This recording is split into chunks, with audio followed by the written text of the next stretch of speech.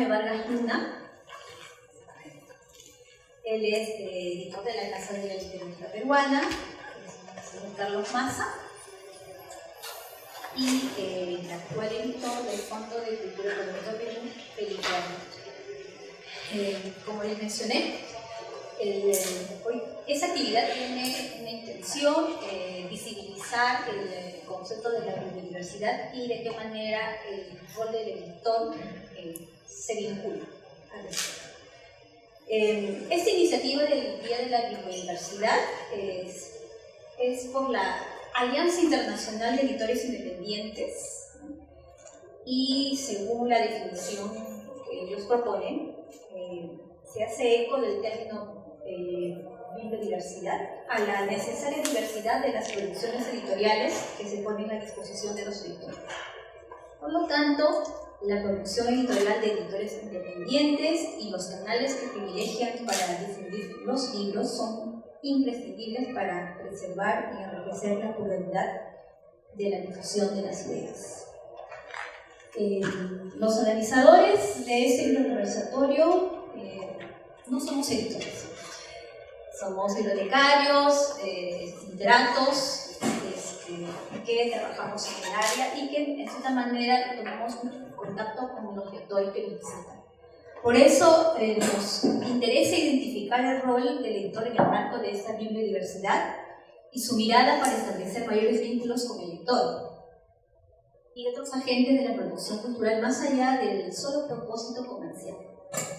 Además, es importante que también que los lectores y otros interesados del mundo del libro puedan tener espacios para reflexionar en torno al rol tan importante que es.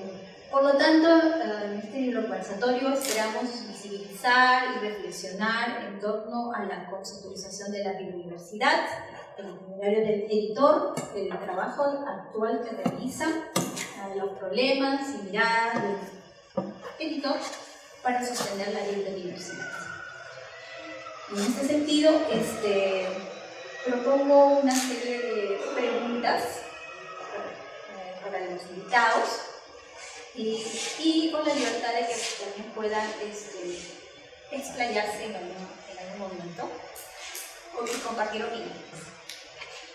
Quisiera ceder la palabra en primer lugar a Jara. Un poquito más de su experiencia profesional.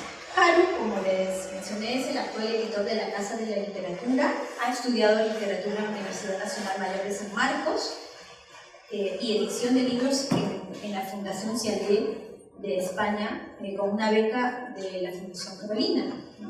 Posteriormente realizó la maestría y el doctorado en literatura hispanoamericana en la Universidad de Wisconsin, Madison, donde siguió también estudios de historia latinoamericana. Ha sido editor de Samita Cartonera y presidente fundador de Alianza Peruana de Editores Independientes.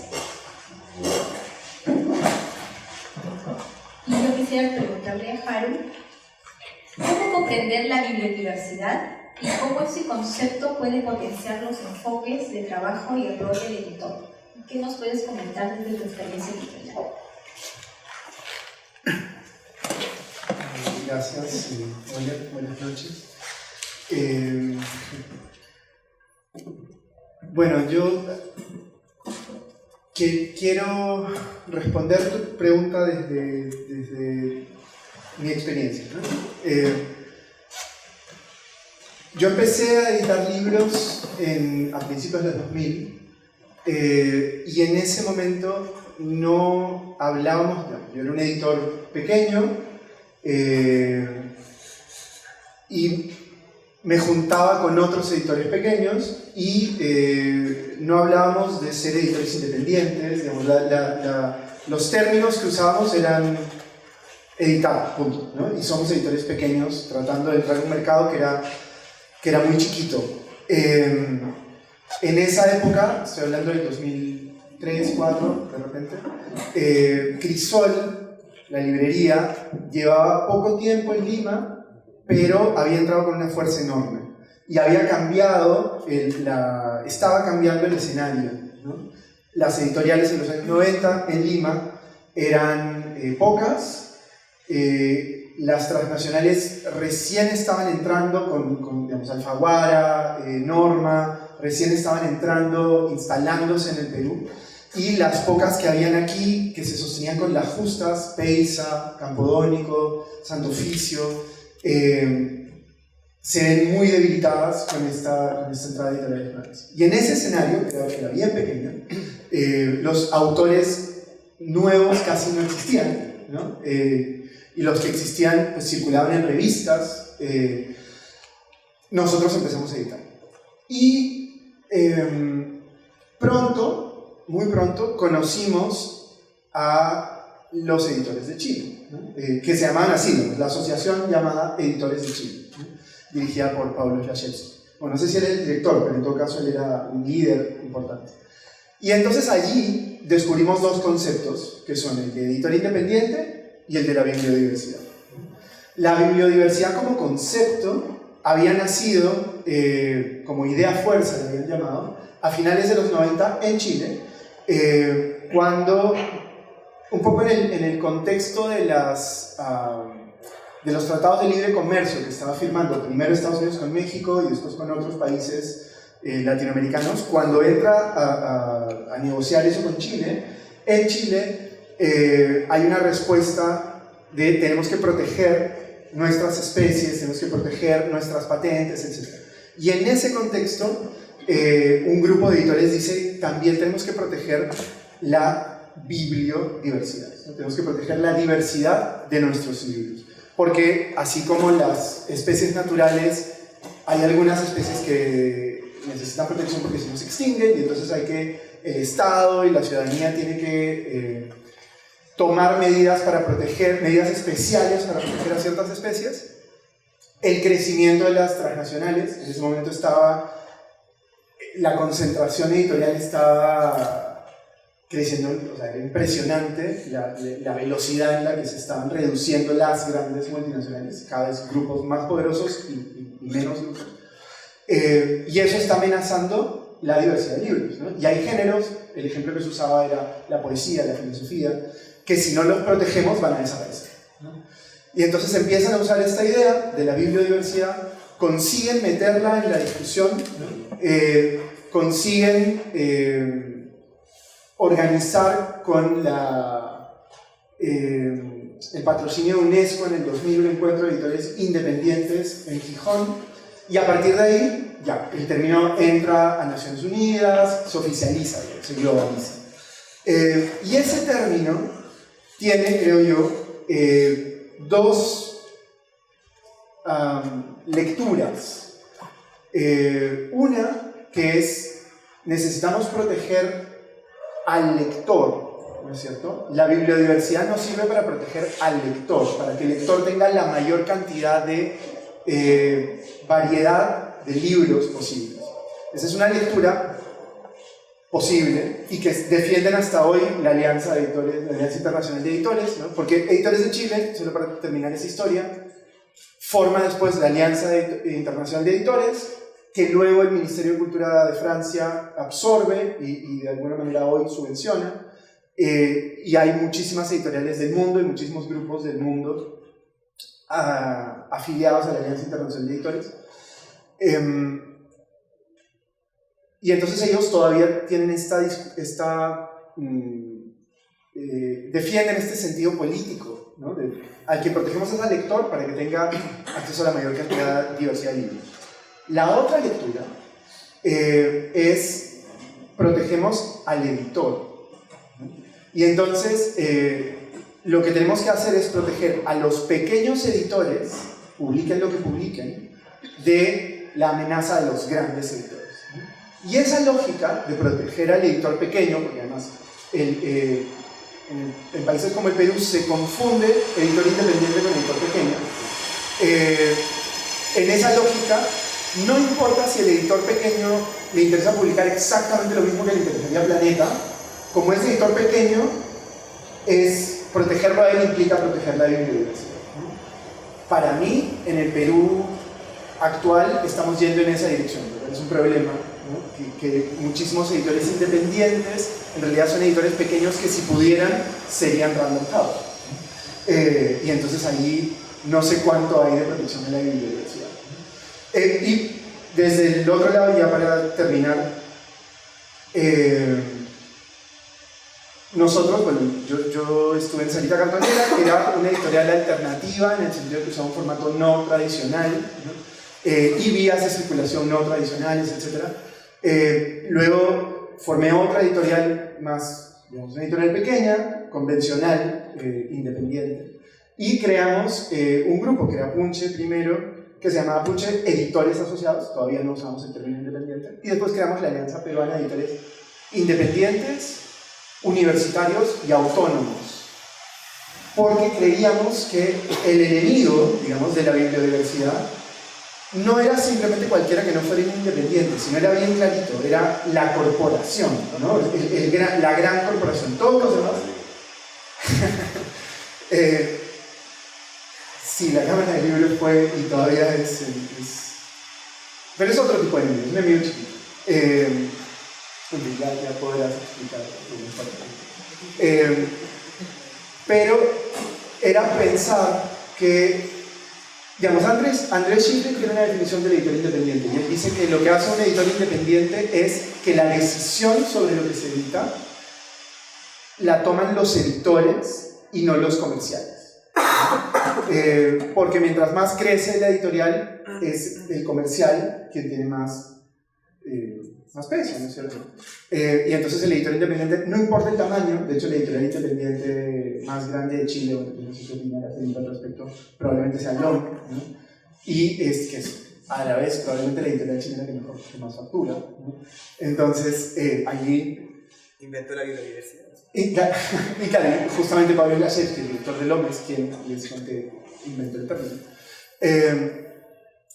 Pero entonces, editoriales autónomos, o sea, ¿qué cosa es un editorial autónomo? Probablemente las ONG, ¿no?, que toman decisiones independientemente, o sea, donde el editor tiene autonomía para tomar decisiones, más allá de que no es una editorial propiamente hablando, ¿no?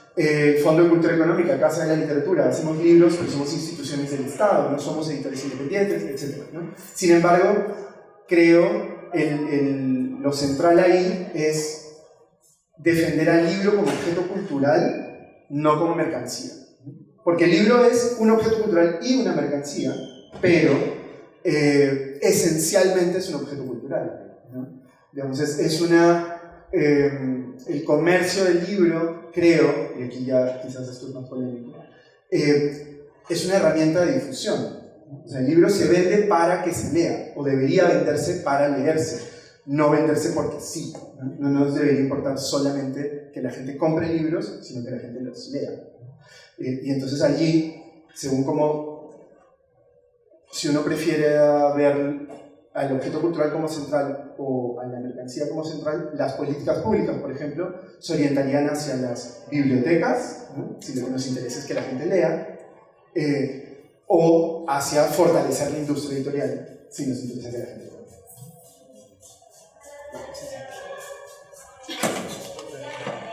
Nos has aclarado muchos conceptos con respecto a la biodiversidad, el rol del editor independiente, rescatar el libro como objeto cultural, pero que también tiene un valor económico, pero sobre todo el editor independiente está más interesado en esa diversidad a través de los contenidos, ¿no?, y esa pluralidad de medios. Quisiéramos ahora darle la palabra a Carlos. Carlos Maza Pesqueira es licenciado en Sociología por la Universidad Iberoamericana de México. Ha sido director de la sucursal del Fondo de Cultura Económica en el Perú y del programa editorial de ediciones SM.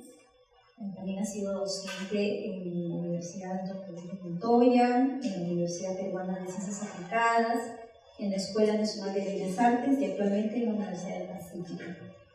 Es también consultor editorial y autor del cuento del Mar 2000 de Editorial San Marcos 2012.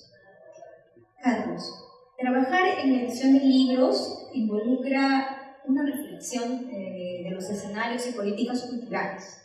así también como una mirada histórica, ¿no? De cómo ha sido el panorama del trabajo de las ediciones de libros. Tienes una vasta experiencia en México, tienes una experiencia en el Perú, conoces también la problemática de otros países hispanoamericanos.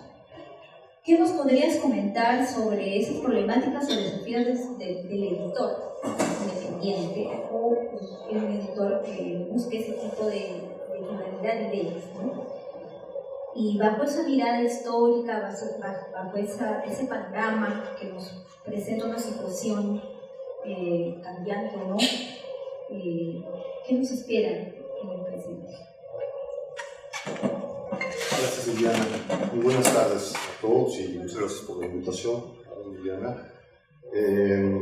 Es una pregunta bien complicada, da como para escribir libros. Ahí está la colección del Fondo de Cultura, libros sobre libros, que tocan estos temas precisamente, ¿no? ¿Qué es un editor? Es una pregunta similar a la que se le hace a los cineastas cuando se les pregunta qué es un productor, ¿no? Más o menos el papel que cumple el editor es aquel que organiza el proceso y todos los mecanismos y las personas y los recursos que se tienen que organizar para que una idea se convierta en un libro y llegue a la mano del lector. El editor tendría que ser como la persona, el curador, el productor, que está detrás de todo este proceso y que tiene que cuidar desde la selección de las ideas del autor o no la selección de las ideas del autor, sino el acompañamiento a las ideas del autor para darle esa forma al libro y el cumplimiento de todos los procesos, que son un montón. La cadena de producción del libro es larga, incluye muchas personas que intervienen, desde el autor hasta la persona en el mostrador de la librería que vende el libro. Hay correctores, hay ilustradores, hay copyeditors que dicen en inglés, los que revisan los textos, etc. Y después todo el aparato comercial de la editorial, que es el que ya mencionaba Haru en su momento, quien se encarga de la distribución, quien establece el precio. ¿Por qué un libro cuesta lo que cuesta, ¿no? Es una pregunta bien difícil de contestar. Les puedo contar anécdotas al respecto. Y cómo se llega finalmente a la mano del lector y a la lectura del lector, porque eso es lo que decía Carlos, fundamental. A un editor, digamos, honesto, le interesa que los libros que produce se lean. A un editor industrial le interesa que los libros que produce se vendan. Y si se leen los libros, está fuera de su alcance. A veces que se lean los libros puede ayudar a vender más libros. Y entonces el editor industrial va a incidir en el área de lectura y va a crear programas de animación a la lectura. Antes le decían de otras maneras, ha ido cambiando también los conceptos de todas estas cosas. Eso es lo que hace el editor, más o menos, ¿no? En la experiencia mía en dos países, en México y en el Perú, no es muy representativa de lo que hacen los editores comerciales, porque yo he trabajado casi siempre para instituciones que publican materiales de lectura de distribución gratuita.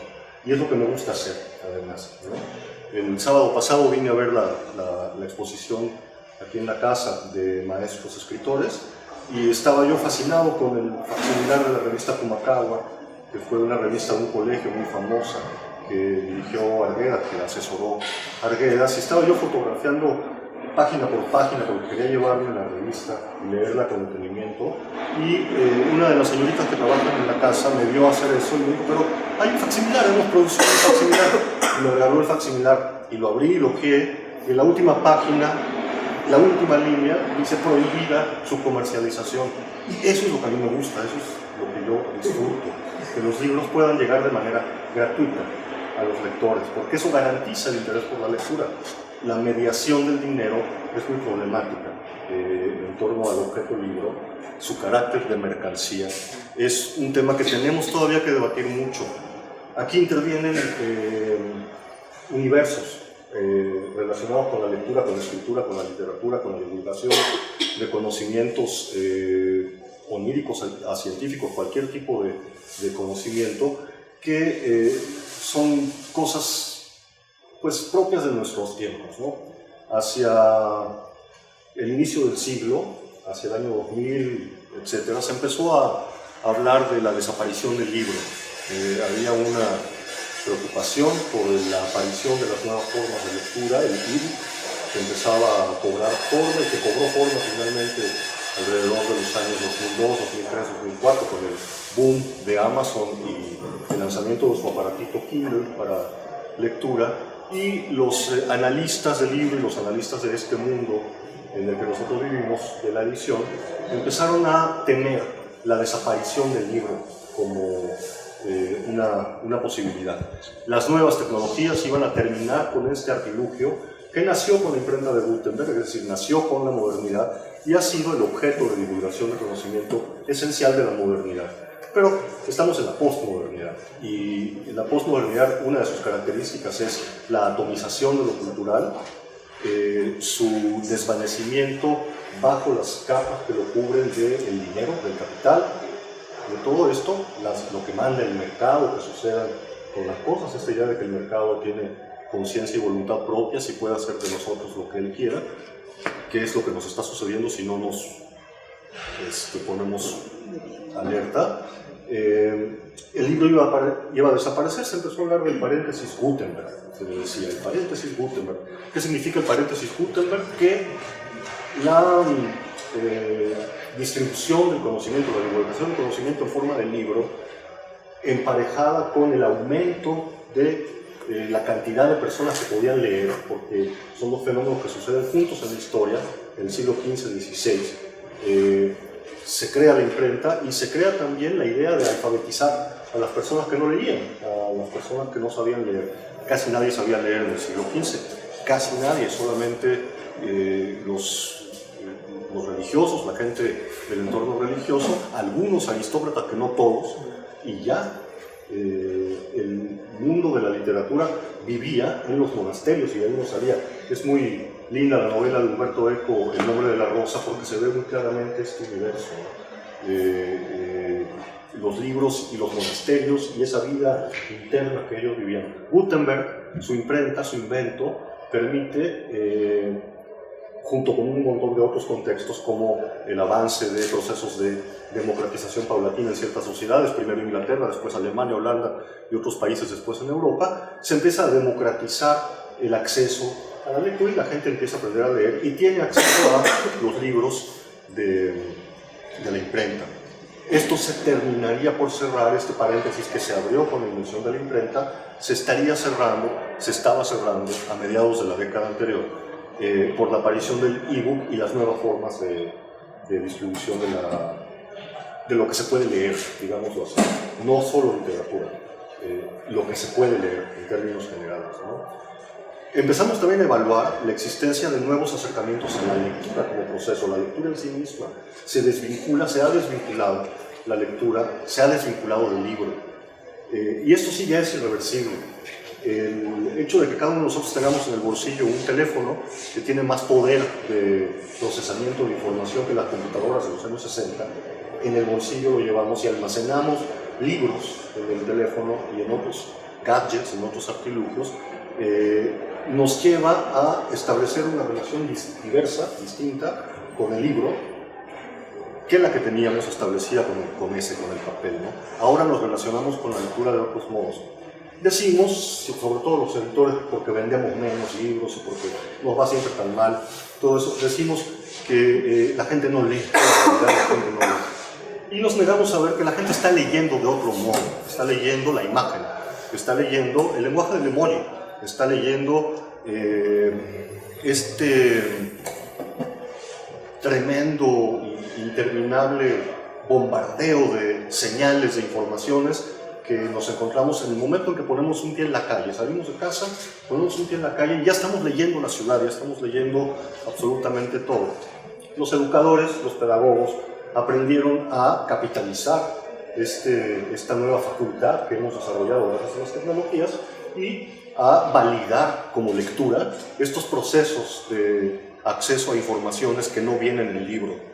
Y creo que eso ha sido muy positivo.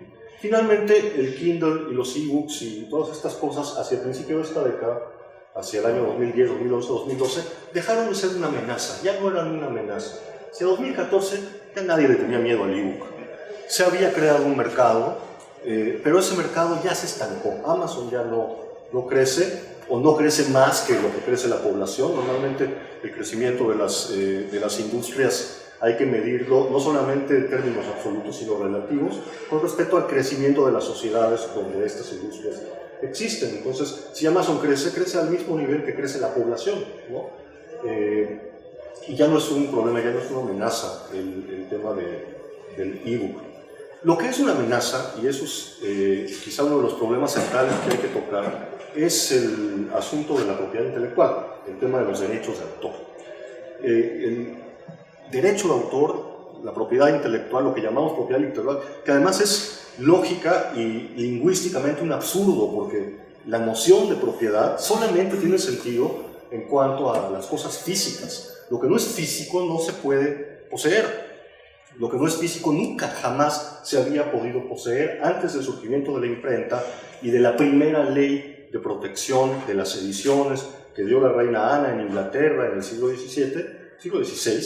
El primer derecho de autor que se estableció en la historia estaba relacionado con la protección del librero, no del autor. Por supuesto, nunca fue el autor la preocupación central del derecho de autor, y se fue gestando esta idea extrañísima de que podemos apropiarnos de lo etéreo, de las ideas. Cuando en toda la historia y en todas las sociedades no modernas, no capitalistas aún existentes en nuestros días, el acceso a la información nunca ha costado, nunca ha tenido costo de ningún tipo. Se ha accedido a la... Es decir, las culturas se comparten su información. Siempre hay mecanismos de poder que establecen niveles de acceso y todo eso. Es decir, en una sociedad, digamos, la maya, en su momento de esplendor, solamente tenían acceso a la lectura de los glifos los sacerdotes, no el pueblo en general. Pero en una sociedad como la Paracas o la Nazca, el acceso al significado de los símbolos pintados en las vasijas, en los textiles y en la misma tierra era de acceso común. Todos podían acceder a ese conocimiento. Entonces, el derecho de autor, junto con la cuestión mercantil, la necesidad de funcionar al interior de un mercado, son precisamente los dos mecanismos que fueron llevando al acotamiento de la actividad editorial como una actividad industrial y que finalmente generaron después la idea de hay que oponernos a este crecimiento de los grandes monopolios. Creo que los editores tendrían que reflexionar sobre esto y tratar de hacer un pequeño alto, una pausa con respecto a su día a día de incorporación al mercado. Uno de los grandes problemas de la ley del libro en el Perú, que se dio el año 2006, ¿no? 2004, 2003, se dio la ley del libro y que duró con sus pequeñas extensiones hasta hoy, es que fue una ley que no estableció con claridad los mecanismos de acceso a la información, el asunto bibliotecas, el asunto financiamiento a las ediciones, digamos, no industriales, etcétera, sino que se orientó más bien con mucha claridad a la exención de impuestos a la actividad editorial de los grandes, porque los chicos no tenían acceso a este beneficio que la ley del libro les daba a los editores. Cuando ustedes van a la Feria del Libro, la FIL, los últimos 2 o 3 años, van a encontrar siempre un stand dedicado a esta campaña de la Feria del Libro, de la necesidad de una ley del libro urgente, imperiosa, para que no nos suban a nosotros compradores de la calle los precios de los libros. Como si no nos los hubieran subido los precios de los libros durante estos 10 años, 12 años, en lo que ha regido la ley del libro. Y ha habido un proyecto editorial y las editoriales han podido dejar de pagarle al Estado impuestos por su actividad. Igual han subido los precios, igual son inalcanzables los libros, ciertos libros, los libros que queremos, los libros del fondo, son carísimos. Y la Cámara del Libro en particular se orienta a defender ese espacio, el espacio de lo mercantil, el espacio industrial, el espacio del negocio. Y no hemos optado por una atención, una valoración del papel del editor como agente del acceso al conocimiento. Eso está por negociarse y está por verse. Hay un movimiento más o menos generalizado en estos días relacionado con la edición universitaria científica, la edición académica en general. La edición académica, es decir, la publicación de revistas donde se publican los artículos que los investigadores de la gran academia realizan después de realizar sus investigaciones con mucho cuidado, con método, con rigor, etc. Se divulga ese conocimiento científico a través de revistas, etc. La ciencia, para poder caminar, para poder avanzar, para poder crecer, necesita tener acceso irrestricto a las investigaciones de cada investigador, de cada rama de la ciencia. Pero los editores, el Elsevier, por ejemplo, de estos contenidos, cierran el acceso obligándonos a pagar. Es decir, va a tener acceso a la última investigación sobre los efectos del glifosato en los cultivos de tomate, en el consumidor urbano, qué sé yo, investigaciones de ese tipo que pueden ayudar a mejorar el estado de salud general de la sociedad, solamente se pueden utilizar si uno paga por ellas. Y eso es absurdo en términos científicos, en términos de cómo crece el conocimiento, de cómo se acumula y se dirime el crecimiento del saber en general. Y los científicos que publican sus artículos están en campaña, en algunos países del mundo, están en campaña de divulgación gratuita. Están autopirateándose, están autogenerando versiones piratas de sus investigaciones para que otros científicos que no tienen acceso al Elsevier o a otras formas de divulgación del conocimiento científico tengan acceso a esas investigaciones. Ellos mismos, como autores, se dan cuenta de que la llave del dinero está impidiendo el progreso del conocimiento. Los editores tienen que poner atención en eso particularmente. Cuando hacías mi presentación, Liliana, con esto termino, destaca mucho en mis semblanzas y eso que fui director del fondo, lo cual fue casi accidental, que fui empleado de SM, que es una editorial española industrial horrible, pero no está ahí, por ejemplo, que durante 12 años he sido editor de una ONG que se llama ETC Andes en el Perú, en la que publicamos trimestralmente sin parar desde hace 20 años, yo 12, la revista 20, una revista de divulgación científica para agricultores y técnicos de campo, para agricultura ecológica, para el desarrollo y la divulgación de la agricultura ecológica. ¿Quién financia esto? Bueno, la cooperación internacional, la cooperación holandesa y la cooperación sueca. Hoy hay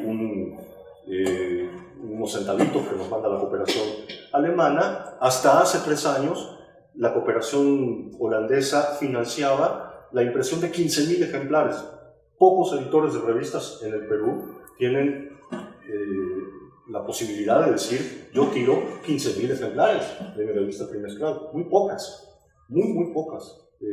Nosotros tirábamos 15.000 ejemplares y estos 15.000 ejemplares se divulgaban, se distribuían gratuitamente por toda América Latina, y todo esto lo pagaba la cooperación. Trabajar en un proyecto así es fabuloso, porque sabes que el contenido que estás construyendo va a ir a dar a donde tiene que llegar. La cooperación holandesa y en general la OCDE y demás decidieron que el Perú ya no era sujeto de cooperación urgente. Los sujetos de cooperación urgente están en el sudeste asiático y en África, y dejó de fluir el recurso de la cooperación internacional para nuestra revista. Nos vimos obligados a reducir el tiraje de 15.000 a 1.000 en un golpe, en un día, y ahora estamos esforzándonos por hacer la distribución digital. Hemos creado una versión digital de la página que se puede leer más o menos cómodamente en un teléfono, etc. Hemos visto que nuestros suscriptores en general en campo ya tienen acceso a la tecnología telefónica móvil, entonces podemos más o menos difundir eso, pero ya no podemos decir tiro 15.000 ejemplares, ¿no? Se nos cayó eso. Hemos intentado meter de publicidad a la revista, pero por un lado se nos desvirtúa la revista, porque al meter publicidad estamos ya cediendo nuestra independencia, porque esa es, digamos, la única actividad de editor independiente que yo he tenido, es esa. Perdemos nuestra independencia porque tenemos que responderle a un anunciante, ¿no? Eventualmente los anunciantes definen o acotan el contenido que tú puedes publicar en una revista. Entonces, no nos hemos decidido por eso y estamos siempre en la búsqueda de financistas que crean en un proyecto como este y nos ayuden a llevarlo a cabo. Otras experiencias como esta que he tenido fabulosas han sido con fundaciones como Fundación Telefónica, con la que hicimos en cierta ocasión, por ahí está mi compañero Francisco Andía, que es autor de aquel libro, un libro enciclopédico sobre Iquitos, sobre todas las áreas de conocimiento, desde paleontología, historia, agricultura, desarrollo económico, literatura, cine, música, pintura, una enciclopedia sobre Iquitos que salió en formato hermosísimo como libro de mesita de café, en 1000 ejemplares que la Telefónica obsequió a gente muy importante, a gente VIP, y un tiraje de 10.000 ejemplares en un formato más chico con menos imágenes, 10.000 ejemplares bellamente ilustrados que se obsequiaron directamente en todos los colegios de la ciudad de Iquitos. 10.000 ejemplares obsequió Telefónica de ese libro. Cuando tú puedes poner el conocimiento que trabajas así en las manos de los lectores, ahí es donde yo me siento cumplido. Mis experiencias como editor comercial, no sé, de los libros que edité, cuáles se han leído. Es algo que nunca voy a poder saber. Nos has dado muchos puntos claves para entender que el editor no solamente una labor técnica, sino que está muy vinculado a un panorama, a un mundo cultural, a una dinámica legal inclusive, ¿no? Y me interesó mucho cuando mencionaste lo último, ¿no? Que te sientes satisfechos cuando tu misión es que las ediciones sean distribuidas gratuitamente.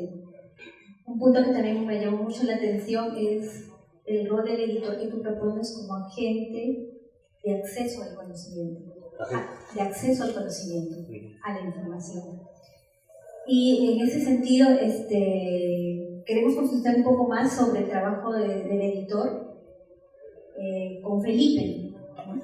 Felipe es un destacado editor del Fondo de Cultura Económica de Perú. Él es chileno. Estudiaste teoría e historia del arte también, entonces tienes una mirada también interdisciplinaria, me parece. Has publicado ensayos sobre estética cinematográfica en libros colectivos y revistas académicas, entre los que destacan Afuera del Filme, Errancia y lo demás. También has sido editor del Fondo de Cultura Económica de Chile. Entonces, bueno, ahora estás inserto de una manera mucho más dinámica en el país. El Fondo de Cultura Económica, un fondo editorial que, digamos, tiene apoyo del Gobierno de México. Justamente. Tiene una mirada también de proponer libros o ediciones de interés. Últimamente en publicación Persona de Carlos Agüero ganó un premio y representó un trabajo muy especial, el trabajo de un editor de contenidos.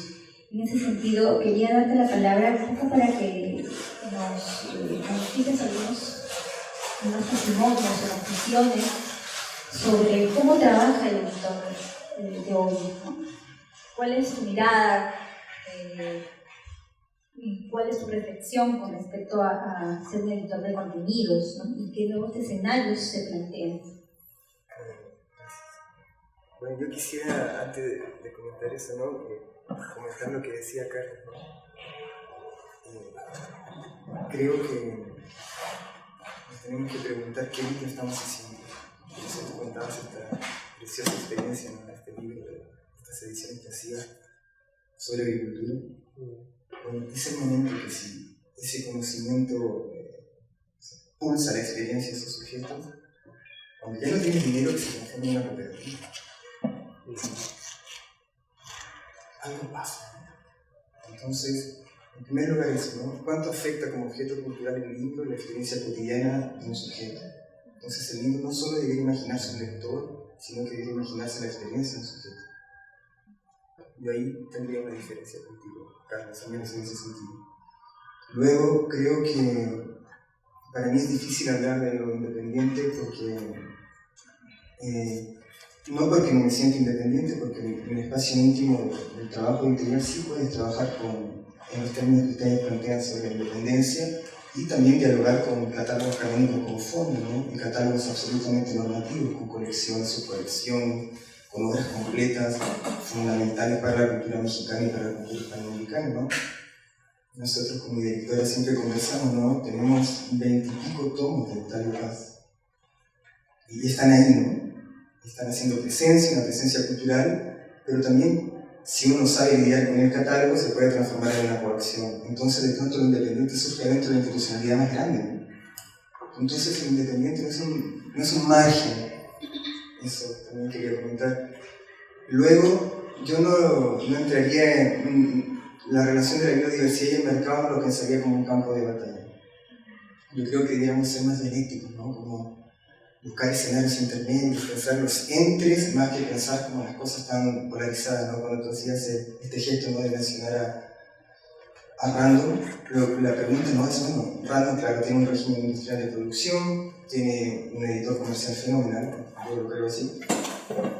La pregunta es, bueno, ¿qué libros hacen ellos, no? ¿Y qué lector imaginan? Entonces, de pronto, la disputa es por la experiencia. ¿Qué experiencia suma el libro? Doy un ejemplo, ¿no? Que a mí me encanta. José Érico, un pensador marxista argentino, brillante, ¿no? Que ha publicado también libros en fondo, a poco de regresar a la democracia después del golpe de Videla, publica en la editorial Folios el concepto de lo político de Carl Schmitt. Y toda la buena intención progresista dijo, pero ¿cómo? ¿Cómo vas a publicar el concepto de lo político? Viene de un trauma político fuerte, de una reorganización nacional, que es como le gusta decir a las juntas, las masacres colectivas, y él instala o pone a circular un libro, imaginando un lector, en ese contexto estoy hablando, imaginando un lector que tiene que leer la trama conceptual más fuerte de la ultraderecha, de la lectura más conservadora que se puede hacer desde la vida. Y eso es lo que decide Érico, traductor de Marx, traductor de un montón de cosas. Es interesante, ¿no? Un pensador progresista que le devuelve a su pueblo un texto que podría resultar fatal y que, bueno, que es un texto de la barbarie, lo podría tomar alguno. Ese gesto es importante, ¿no? Yo creo que está pensando en la experiencia, que no regresa. El fascismo es un ojo abierto. No se cancela con el paso a la democracia, y eso lo digo yo que soy chileno y sé muy bien lo que es vivir en una democracia que nunca ocurrió, ¿no? Eso por un lado. Entonces, a mí trato de pensar muy dialécticamente, ¿no? Que el neoliberalismo, por ejemplo, es fantástico, ¿no? Cuando tú decías, por ejemplo, hay cosas que no tienen existencia y en esa medida no pueden atraparse, ¿no? O apropiarse. Bueno, el mercado es eso, ¿no? Una muestra de la mercancía es el fetiche, y el fetiche es pura realidad que no aparece, ¿no? Pero construye sensibilidad, construye deseo, obliga a que el padre trabaje incansablemente para que la niña satisfaga su deseo. Entonces, creo que el único que tiene capacidad de que las cosas aparezcan ante nosotros, incluso como contraviniendo a Hume. Hume dice, nunca había aparecer ante mi vista nada. Bueno, ese es el capital, señor. Cuando usted tiene poder, hace aparecer. Hay una cosa interesante que a mí me gusta mucho en Random, que es la aceleración del canon. Yo recuerdo que cuando llegué a Lima en 2014 nadie hablaba de la literatura del padre. A uno me interesa la literatura del padre. Y de pronto, en un año, en una coordinación maravillosa, ¿no? Entre visualidades, testimonios, críticas, aparece la figura del padre Nicolás. Del género para el cual faltaban escrituras. O sea, había un género sin una tradición de escritura, instala un problema, ¿no? Y todos empezamos a ver el padre en todas partes. Esas son hegemonías simbólicas, hegemonías visuales, hegemonías literarias, que las puede producir alguien que tiene dinero. Mi problema con el dinero es ese, ¿no? El de la aparición. Entonces, creo que el mercado a mí se me vuelve un problema porque transforma las experiencias. Y no tengo tanta confianza en el libro, obviamente. Soy editor y no tengo tanta confianza en el libro y eso me hace quizás tener una relación particular con él, ¿no? Eso es un poco lo que quería comentar a propósito de lo que ustedes decían. Perdón, la pregunta. Es que lo que dijo Carlos estaba muy interesante, o sea, mucho para debatir. ¿Puedes explicar tu trabajo de obra, tu trabajo de esta experiencia? Las ideas, reformularlas. A nosotros en fondo, y yo hablo plural no porque yo trabajo con una persona brillante, ¿no? Que es Gabriel Olivo de Alba, que es la directora de fondo. Primero eso, ¿no? Es un trabajo colectivo. No sé si horizontal, no lo voy a mentir, ¿no? Pero es un trabajo colectivo. Nosotros creemos en la idea del corpus, como de formar corpus, en dos sentidos, ¿no? El corpus tiene un horizonte más amplio que lo que nos interesa a los autores, ¿no? Y aunque no lo crean, nosotros carecemos de autores. Nosotros tenemos una política muy sencilla, nos llega un libro, lo revisamos 3 meses, se pasa a un lector que está fuera de la editorial, y luego de eso evaluamos si el libro, el manuscrito tal como llega es editable o si no es editable, que no quiere decir publicar. Si no es editable quiere decir que nosotros ofrecemos una serie de recomendaciones, y está en el autor decir si las acepta o no las acepta. Entonces sí tenemos un grado fuerte de intervención en los libros. Pero, a propósito de lo que decía Carlos, en parte de la descripción que hacía el editor, nosotros sí trabajamos o acompañamos a las ideas del autor, pero nosotros tenemos la sospecha de que nunca nos ha llegado el libro. Nos llegan textos, ¿no? Entonces el libro sería el escenario en el cual nosotros nos movemos. Y son otras tradiciones, ¿no? Entonces el corpus, por un lado, es un trabajo colectivo, y es una manera de producir relaciones. No podemos publicar si una obra no se relaciona con otra. Entonces, ¿de dónde viene la relación? No es el arbitrio nuestro, ¿no? Sino primero de la lectura de la contingencia, ¿qué está sucediendo? Por ejemplo, nosotros no quisimos publicar nada sobre el mundial. A menos que fuera una historia del anarquismo del fútbol en el Perú. Los primeros equipos de fútbol en el Perú fueron fundados por anarquistas. Pero eso no es un tema, ¿no? Entonces nosotros no estábamos en capacidad de hacer eso. Es cosa de ver lo que se publicó sobre el fútbol, que además llevamos fútbol. Incluso soy un jugador relativamente bueno. Si significa, no entiendo.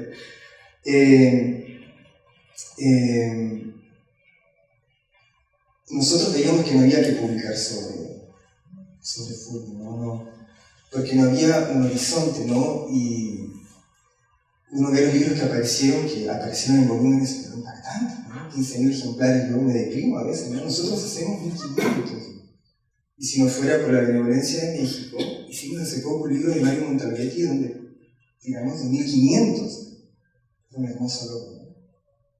Pero no era una batalla, ¿no? Con nadie, sino que era un hermoso logro.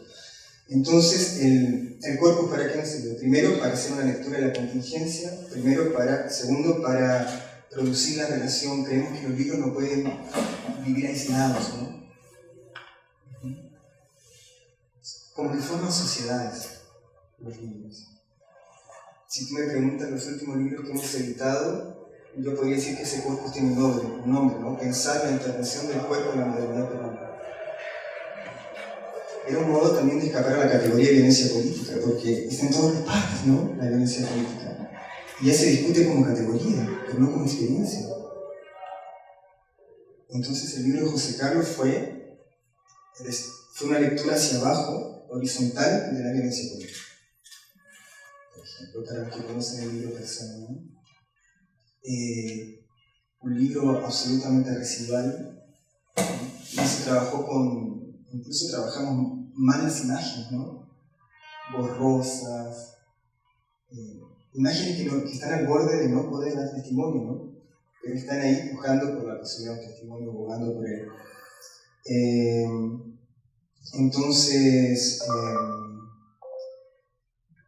trabajamos mucho con las materialidades, ¿no? Ahora estamos iniciando un programa editorial que nos tiene muy contentos, ¿no?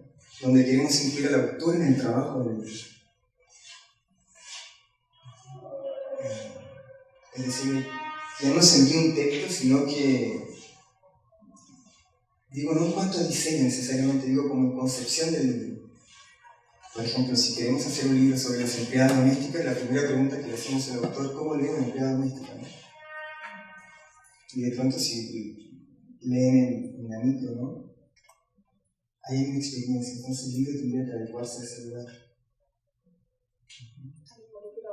Un diálogo más continuo entre el editor y el autor. El autor va a ir construyendo un libro conjuntamente con el editor. Claro, ¿no? Es como... Claro. No es que yo le entrego a ella de frente a un proyecto, sino que todas esas preguntas previas, esas contextualizaciones. Al menos es como lo hacemos nosotros, ¿no? No digo que sea la mejor forma, pero hemos tenido muy buenas experiencias. A eso voy, con respecto a los resultados que hemos tenido. Bueno, lo de José Carlos es afortunado porque es un tipo brillante, ¿no? Y detrás de ese premio hay todo un gesto cultural.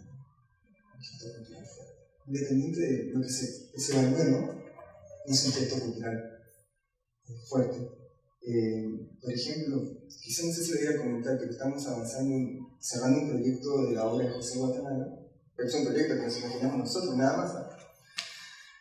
¿Por qué? Precisamente advertíamos, y esto es para reflejar la idea del corpus, que en la obra Persona de José Carlos Abuelo, todo lo que tenía que ver con un materialismo sórdido, ¿no? Con una escatología, estaba en Guatemala. De pronto apareció Guatemala. No sé, nos acordamos de este poema donde dice: mi casa es biológica, la grasa se pega a la pared.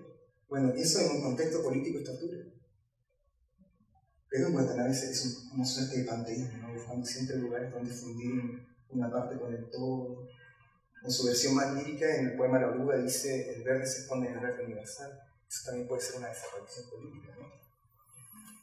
Entonces, ese es el corpus, ¿no? El corpus te permite como ver cómo circulan las materialidades en una época, cómo circulan las experiencias en una época, y de pronto ahora estamos pensando que hay que publicar a Watanabe porque nos hace falta un pensamiento de la desaparición en el término.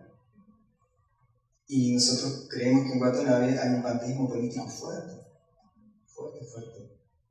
Estoy mostrando más o menos cómo vamos pensando, ¿no? Luego que nos encantaría que ese texto lo prologara Raúl Zurita. Raúl Zurita tiene un precioso poema de una pareja de enamorados que fueron torturados, ¿no? Y asesinaron a su pareja.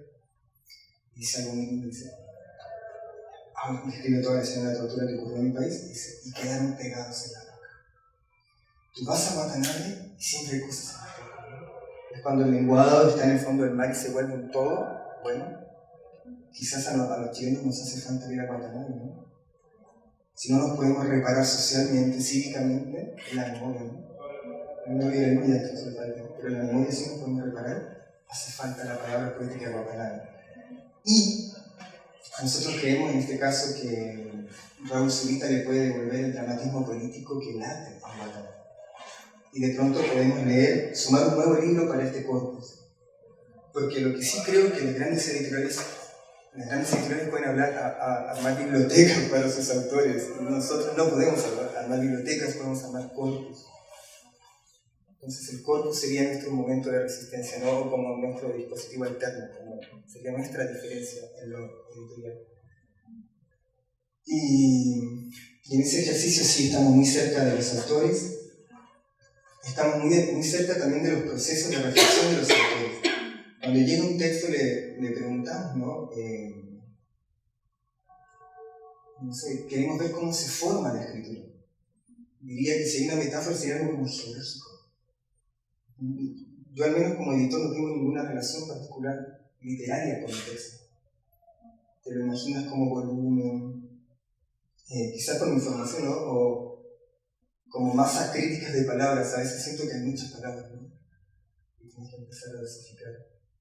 O o puedes hacer con una vocación ya asiaga, vanguardista, eliminar adjetivos, sustantivos, y de pronto descubres una textura en la escritura de un autor. Por ejemplo, Agüero es fantástico en la brevedad. Vean, la brevedad es fantástica, ¿no? Yo llegué a pensar que era porque había una resistencia de la versificación en su texto. O sea, él es un poeta, absolutamente es un poeta, pero piensa en verso y está obligado a una pequeña continuidad, pero todo el libro es pura brevedad, ¿no? Y eso lo descubres cuando haces pruebas, ¿no? Cuando experimentas. Entonces, quizás la relación interesante que se puede dar con el autor es que desarme ese orden y que al mismo después la vuelva a reconstruir, ¿no? Y esas han sido buenas experiencias. Y lo último es pensar el libro como una zona de inscripción y no de representación. Por ejemplo, un ejercicio que intentamos hacer fue con una reedición de Adiós Ayacucho de Julio Ortega, que era un libro que tenía 2 ediciones, ¿no? Y una tercera, no muy comercial, ¿no? Había una tercera y no había nada. Había una anterior de la Universidad de San Marcos que era interesante porque ponía el guión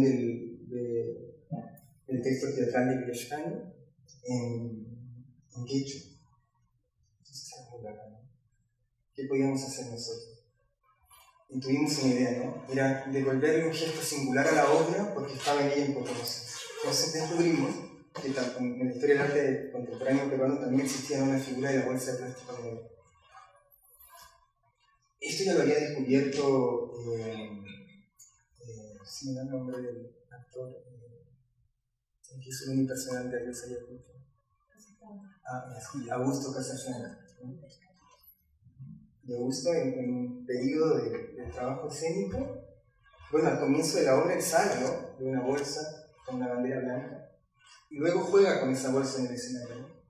Y todo ese escenario es extraño, ¿no? Porque están las ropas de Canepa, que es una suerte de pellejo. Está el colla que tiene amarrado una vicuña disecada. Entonces todo tiende como que hay un cuerpo que ha perdido la vitalidad. Bueno, está el cuerpo, lo ha perdido, y la bolsa. Y están ahí, ¿no? En una esquinita. Entonces nos empezamos a preguntar, bueno, ¿qué pasa con la bolsa? Y en el texto de Ortega dice, bueno, la bolsa de plástico negra debe ser nuestra bandera nacional. Eso está ahí, ¿no? Y fue trabajar conceptualmente la bolsa a lo largo del libro, pero como intervención puramente editorial, porque realmente no te ayuda a entender nada, pero construye una experiencia, ¿no? Con el detalle, porque nosotros pensamos que lo que violenta de la obra de Julio Ortega era que en el detalle estaba el horror, y ese en realidad es un verso de tesoro, y en el detalle estaba el horror y lo encontramos en la bolsa se volvió un cuerpo. Y hicimos un frontispicio que era polietileno de alta densidad, en perlas de polietileno de alta densidad, nada, lo dejamos ahí, sin explicación. Y ahí es donde nosotros podemos intervenir los libros, y esa es una inscripción porque no representa nada, a menos que tú decidas dialogar con él. A veces nos preguntan a los compañeros si son granos de café, así muy gracioso, ¿no? Pero es eso. Lo que hicimos en el fondo fue la bolsa negra como objeto de guerra, como objeto de violencia, con toda su vulgaridad, ¿no? Descomponer, llevarlo a la unidad mínima con un trabajo necesario, ¿no? Como llegar a la pictoricidad, que quisimos llegar a la plasticidad. Y ahí comienza la violencia. Ese fue como nuestra contribución al libro. Y ese es más o menos el modo en que estamos trabajando y que vamos a seguir, ¿no? Ahora estamos pensando en abordar una suerte de... Esto lo decía una autora que no puede decir su nombre, pero que vamos a trabajar. Estamos muy interesados en las materialidades y en las objetualidades del neoliberalismo peruano. Entonces vamos a mostrar los objetos. Y uno de esos objetos puede ser el libro, así que hay que tener cuidado. De pronto nos están quemando muy fuerte. Muy exquisita tu explicación. Ojalá se entienda, ¿no? A veces no se entiende.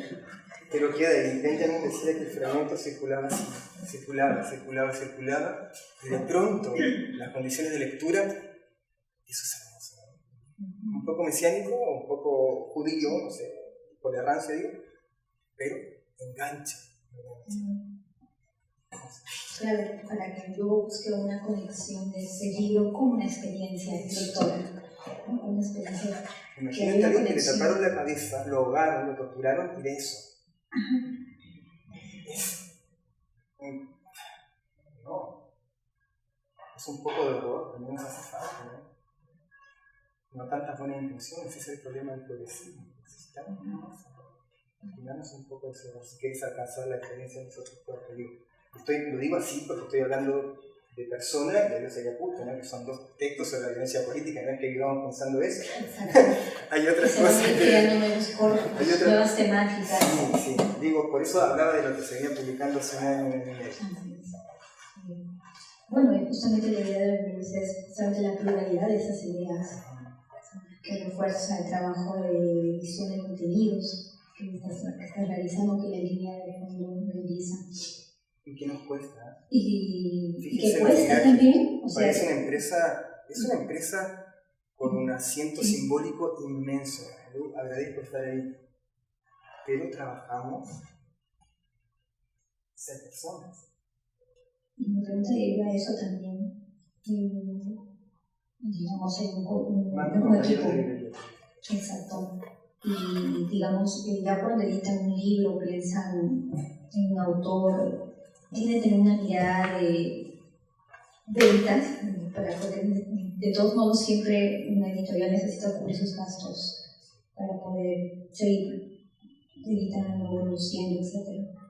Sí, nosotros necesitamos, vivimos y sufrimos con la venta.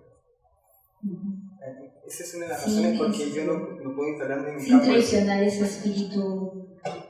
Es que yo no veo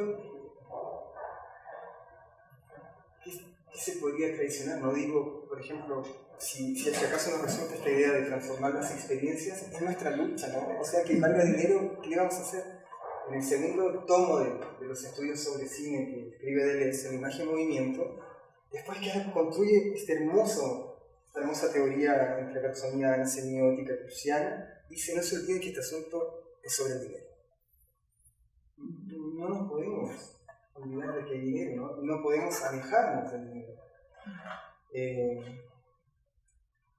Las ediciones populares pueden ser una solución, ¿no? Digo, pero no hacemos libros para ediciones populares. Por ejemplo, lo de José Carlos, nos imaginamos cómo llevar ese libro a una edición popular. Uno diría, bueno, pierde su identidad, es un libro con muchas imágenes, es un libro de 26 por 17, más o menos. Es imposible, ¿no? Y que tiene un tiempo. Digamos así, algunos han dicho que es la peor diagramación del mundo, pero lo que queríamos era una temporalidad. Por lo que te decía, ¿no? Porque habíamos descubierto que había una estética de la brevedad poderosa de José Carlos. Entonces, el paso de páginas, pasar las páginas era toda una experiencia. Hay una línea donde dice: no mires a esos perros, porque está hablando de que hay muchas personas muertas durante el conflicto interno del Perú que quedaron en el estómago de los perros. Así lo dice. Esa línea tiene que ir sola, grabada a fuego, ¿no? En una página. Es monumentalmente horroroso lo que está diciendo. Entonces necesitamos que eso te queme la retina, ¿no? No es que lo leas y muy chica hablando de la violencia política por ahí, ¿no? Y hablando desde el género, ¿no? Que te protege de todo, ¿no? En un thriller pones un senderista, muy bien, ¿no? En una novela policial, entre que un narco y un terrorista, no, hablemos en serio, porque hay cosas que pueden regresar. Eso no sé si recuerdan cuando termina Noche y Niebla de Alain Resnais, dice: este ojo está semiabierto, el ojo del horror aún no se cierra. Cuidado con eso para que no regrese. Entonces,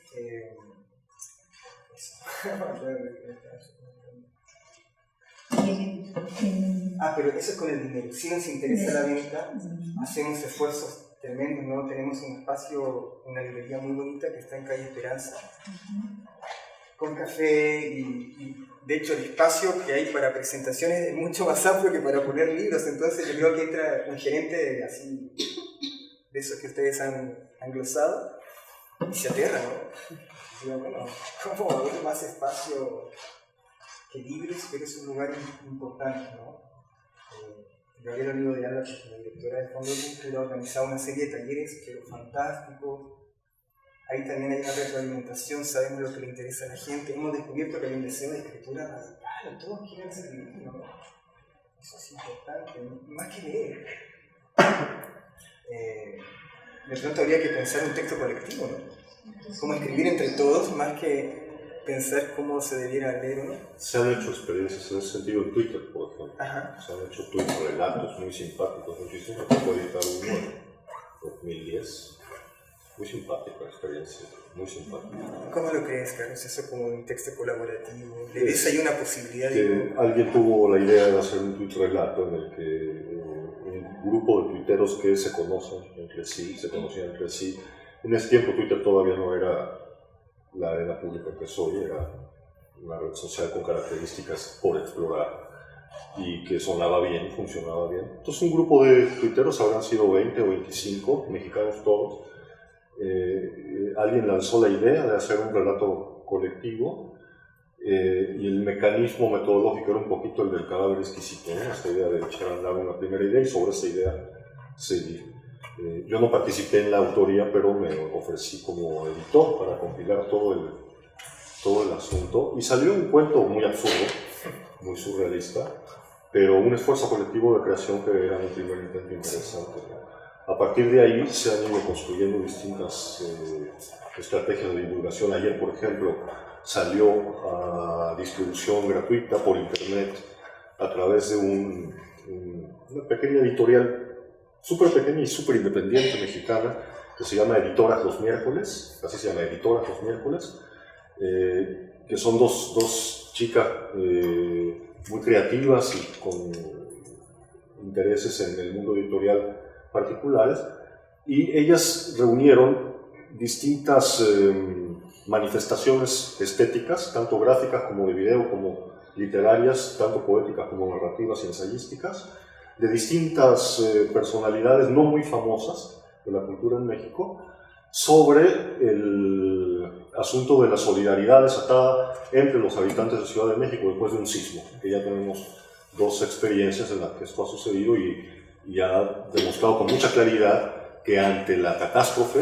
el mexicano instaura un estado democrático o anárquico puro, una anarquía total durante 2 días y luego pum, se acaba y vuelve a gobernar el PRI. Pero durante un momento los habitantes de Ciudad de México asumen el control de la ciudad después de un sismo. Ha sucedido 2 veces, yo lo viví una vez en el 85, asumen el control. Entonces, bueno, esto está por investigarse, por ejemplo, qué tan importante fue el proceso de generación de solidaridad en favor de los damnificados del sismo del año pasado, qué tan importante fue en la definición del voto por el candidato de izquierdas en el país. Yo creo que hay una relación directa muy importante entre lo que sucedió después del sismo del año pasado y el voto por Andrés Manuel López Obrador meses después. Creo que es muy directa la relación. Habría que medir sociológicamente una serie de factores, pero es directa. Estas editoras los miércoles reúnen estos testimonios y expresiones de distintos artistas, creadores o intelectuales o personas de su entorno y sacan una web, un portalito web, una publicación en formato web a la que uno ingresa, está bien diseñada, tiene quizá algunos problemitas que ellas tienen que ir mejorando, pero han publicado una memoria de esta experiencia de la solidaridad de la sociedad mexicana después de un sismo en conmemoración del suceso el día de ayer, de acceso absolutamente gratuito. Ellas publican otras cosas que van al mercado, pero lo que hicieron esta vez es absolutamente de acceso libre. Se llama Sismo sin Sismo. Si lo googlean lo van a encontrar, Sismo sin Sismo, y entran a una página está diseñada como si fueran pedazos de roca que han caído de un edificio, y uno hace clic en cada uno de ellos y obtiene acceso a una manifestación estética o intelectual relacionada con esta experiencia. Muy bonita publicación, una cosa súper interesante. Y a ella se está sirviendo a su vez como marketing de la marca, ¿no? Con este tipo de publicaciones, ellas han conseguido que los distintos participantes le cedan sin regalías los contenidos para el proyecto, y ellas de alguna manera posicionan su marca, como les gusta decir a los administradores, ¿no? Esta palabra posicionar es una de esas experiencias lindas en este sentido. Para culminar su presentación, quería hacerles una pregunta colectiva que de manera personal puedan respondernos, estar de acuerdo, no estar de acuerdo, sobre en el contexto, en el marco de la bibliodiversidad, digamos, ustedes como editores, ¿cómo fortalecer los vínculos en esos nuevos escenarios con otros agentes de la circulación del libro? Por ejemplo, estoy con un mismo lector, con autores, con espacios de lectura, con librerías. El trabajo del editor tiene un elemento vinculante en la cadena de la circulación del libro. ¿Cómo lo ven? ¿Cómo lo perciben? En ese sentido, quizás por ahí plantear algún tema de formación de los editores, ¿no? ¿Cómo están pensando eso? Por ejemplo, cuando editan un libro, ustedes piensan obviamente en que hay una producción intelectual que sale al mercado, pero por ejemplo, me llama mucho la atención de que, por ejemplo, muchas ediciones en Chile llegan a las bibliotecas, cosa que aquí generalmente no hay una política de compra de ediciones, ya sea independientes o muy independientes, para esos espacios de lectura. Eso me parece que fue un punto a favor de los editores independientes en Chile, que se han vinculado también con las necesidades de otros espacios, pero y a veces se han insertado en el circuito comercial, ¿no? ¿Qué cosas pueden comentar, decir, qué ideas tienen? Les digo una brevísima, si me permite, brevísima, una super breve que está circulando en el ámbito de las negociaciones sobre la ley del libro desde el año 2003, que estábamos en ese asunto.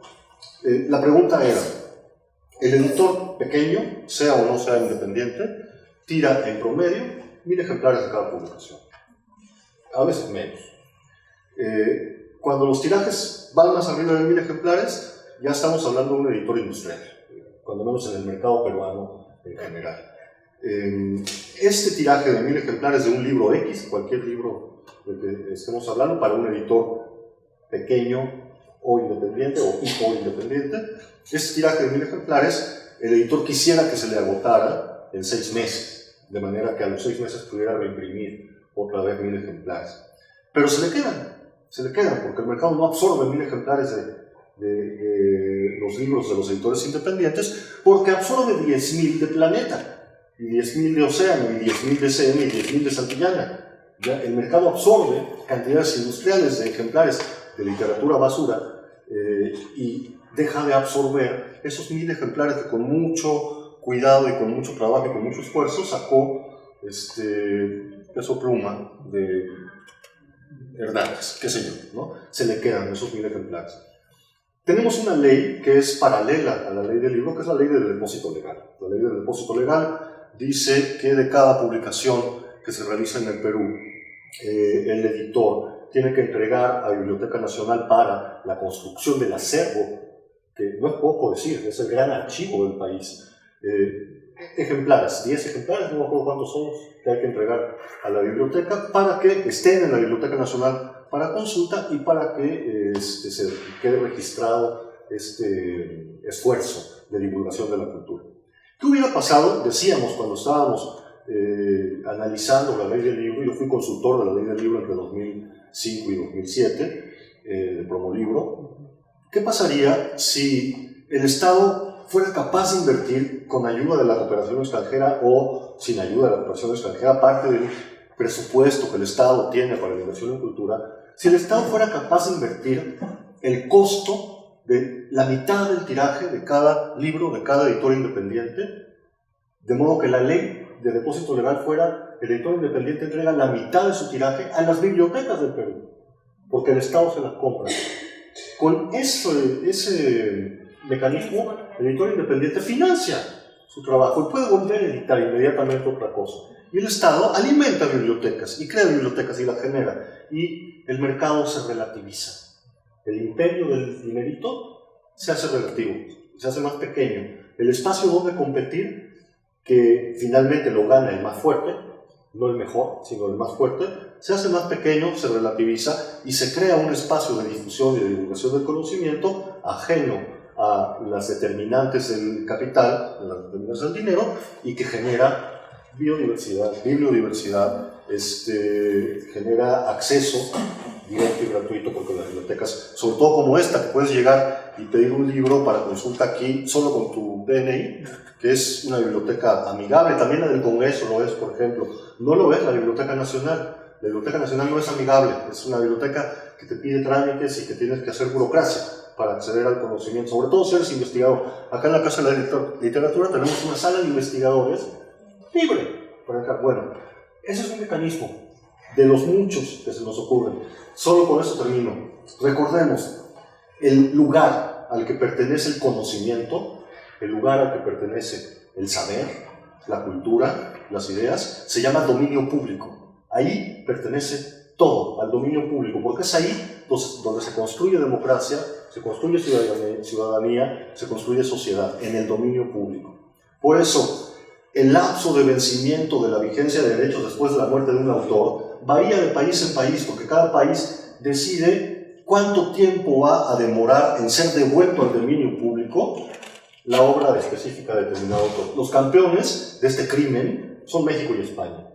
En España son 100 años después de la muerte del autor para que vuelva al dominio público una obra, en México 99. En el resto de los países son entre 70 y 75 años. En los Estados Unidos creo que ya están a 90, están a punto de llegar a 90, porque Mickey Mouse va a cumplir 100 años y va a pasar al dominio público. Imagínense, Mickey Mouse en dominio público es la ruptura de un paradigma. La ruptura de un paradigma. Entonces, están haciendo lobby, Disney, Time, Warner, etc., enorme, fuerte lobby para que se extienda el periodo de vigencia de ese robo al conocimiento que es el derecho de autor, para que se extienda. La idea es que sea indefinidamente, la idea es que no venza nunca, ¿no? El lugar al que pertenece el conocimiento es el dominio público. Sí, estoy de acuerdo con lo que dices. Yo diría dos cositas. Uno, pensando en qué hace el editor y con quién dialoga para fortalecer, para pelear por la biodiversidad. Por un lado, las políticas públicas, y en la ley que se está discutiendo ahora, ¿no? La renovación, el Ministerio de Cultura ha preparado un nuevo borrador de ley de libro que está yendo justamente en la dirección que dices, ¿no? Es decir, fortalezcamos las bibliotecas públicas a partir de que el Estado le compra a los editores, ¿no? Y el Ministerio de Economía está completamente en contra, ¿no? Claro. Y entonces, en la ley del 2003 habían dos cosas que se creaban en la ley: Promolibro y Fondo Libro. Promolibro se creó efectivamente, ya no existe Confide-Libro, exactamente. Confide-Libro no se creó, ¿no? Y que era básicamente donde debían ir los recursos. Y como no se creó de una manera completamente extralegal. Una cosa sí, y ya no existe. Pero entonces ahora la idea es que se cree un fondo libro y que yo no estoy muy de acuerdo con eso, pero digamos es como está la formulación actual. Se financie con un impuesto extra a los casinos y me parece que al alcohol, ¿no? A mí o sea, yo creo que el Estado tiene que comprar libros para las bibliotecas, punto, ¿no? No tenemos que buscarle un quinto pie al gato. Pero creo que sí, a los editores sobre todo a los editores no comerciales, nos compete un rol enorme en esa pelea, ¿no?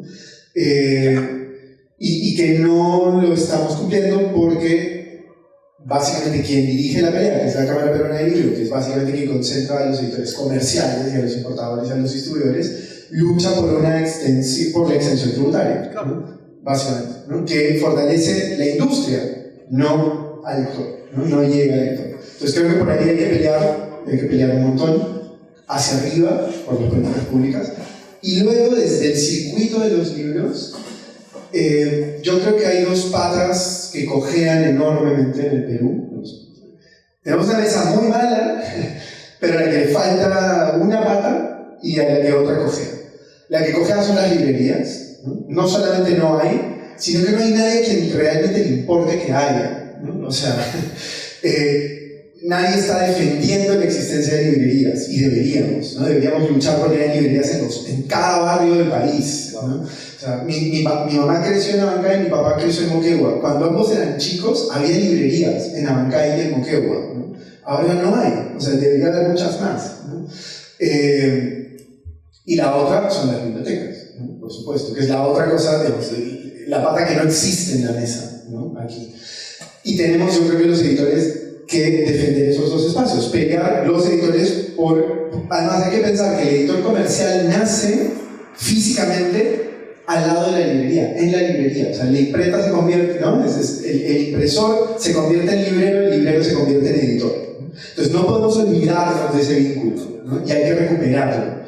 Pero además hay que pelear por las bibliotecas, hay que pelear en cada barrio como ciudadanos, pero además como editores. Hay que decir siempre, y hay que, creo, llevar a los bibliotecarios a las mesas, o sea, las jornadas profesionales, todas estas clases de cosas que se organizan, que organiza la Cámara, que se organizan de la profesionalización del circuito del libro, las discusiones, etc., suelen olvidarse del bibliotecario, que por su propia tarea no suele salir de la biblioteca, ¿no? Entonces creo que el editor también le compete ir a la biblioteca y sacar al bibliotecario y llevarlo a esa discusión.